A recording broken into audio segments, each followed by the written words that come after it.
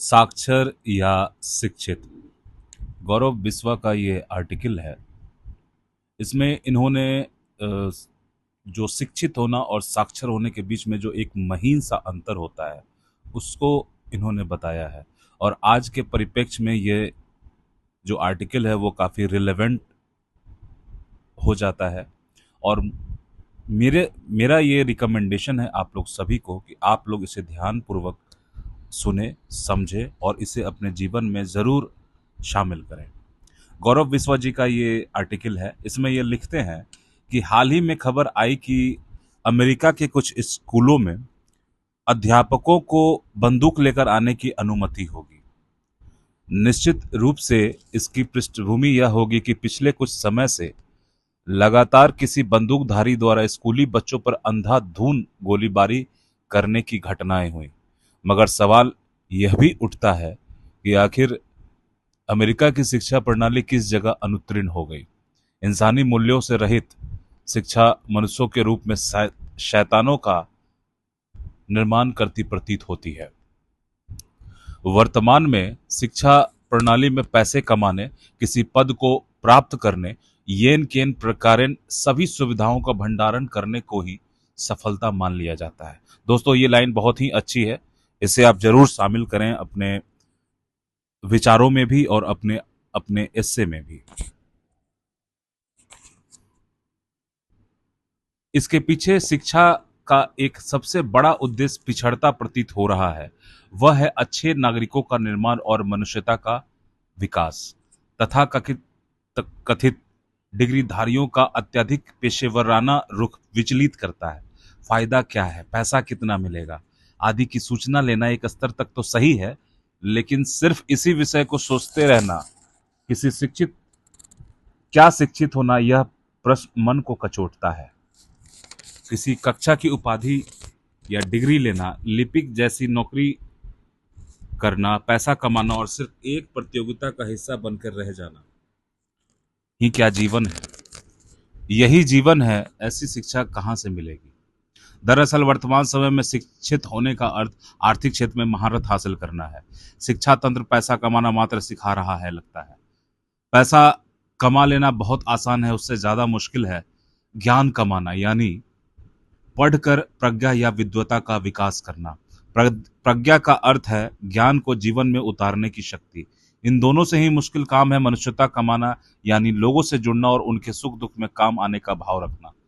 कष्ट काल में हमारे पास जितने अधिक मित्र होंगे हम उतने ही सफल और शिक्षित माने जाएंगे। समस्या यह है कि वर्तमान शिक्षा प्रणाली मनुष्य न बनाकर मानो पैसा कमाने वाले यांत्रिक मनुष्यों का निर्माण कर रहा है, यानी कि मशीनी मानव।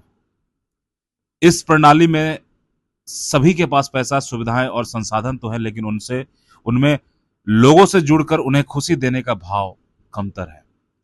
शिक्षित होने का अर्थ इंसानियत का विकास है, मनुष्यता का जागरण है, समानुभूति महसूस करने का प्रक्रम है।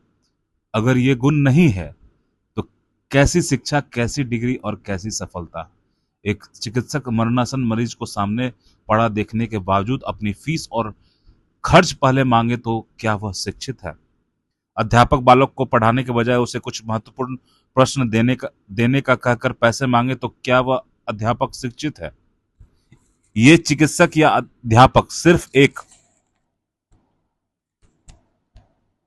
डिग्रीधारी साक्षर अनुपयोगी अमानुष है।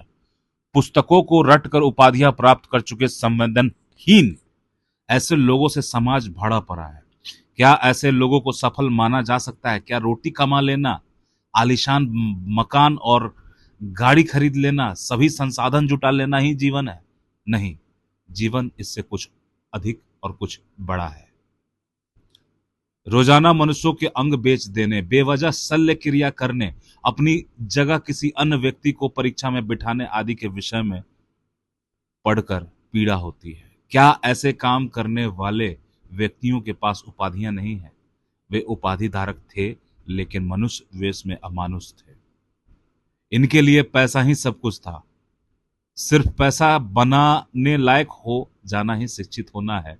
तो आज कुछ तथा कथित शिक्षितों शिक्षितों के माता पिता वृद्धाश्रम में क्यों होते हैं? वे वृद्धाश्रमों में इसलिए हैं क्योंकि उनकी संतानों के पास सिर्फ उपाधियां हैं, नैतिकता और संस्कार नहीं।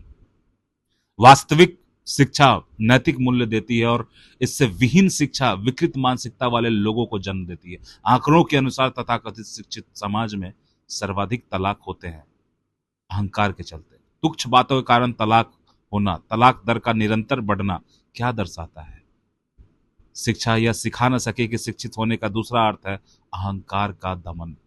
इदम न मम, मैं एक बार फिर दोहरा रहा हूं दोस्तों, इदम न मम के भाव का विकास शिक्षा है, इस जिसके अनुसार इसका अर्थ है जो है वह दूसरों का है, मेरा नहीं है। ये लाइन एक बार फिर से आप लोग सभी सुन लीजिए। ईदम न मम के भाव का विकास शिक्षा है, जिसके अनुसार जो है वह दूसरों का है, मेरा नहीं है। पैसा कमाना द्वितीयक है। प्रारंभिक कार्य मनुष्यों में जीवन मूल्यों का संचार करना है। इसी पल विचार करके देखा जा सकता है कि हमारा 10 वर्षीय पुत्र नकल करके कक्षा में प्रथम आ जाता है, क्या हम उसकी पीठ थपथपाएंगे? नहीं, हम उसे समझाएंगे। बाद में वही पुत्र 26 साल का होता है तो रिश्वत देकर नौकरी लेना चाहता है, क्या हम उसे यह कहेंगे कि यह तो सेवा शुल्क है और भ्रष्टाचार ही आज का शिष्टाचार है? हम ऐसा नहीं कहेंगे।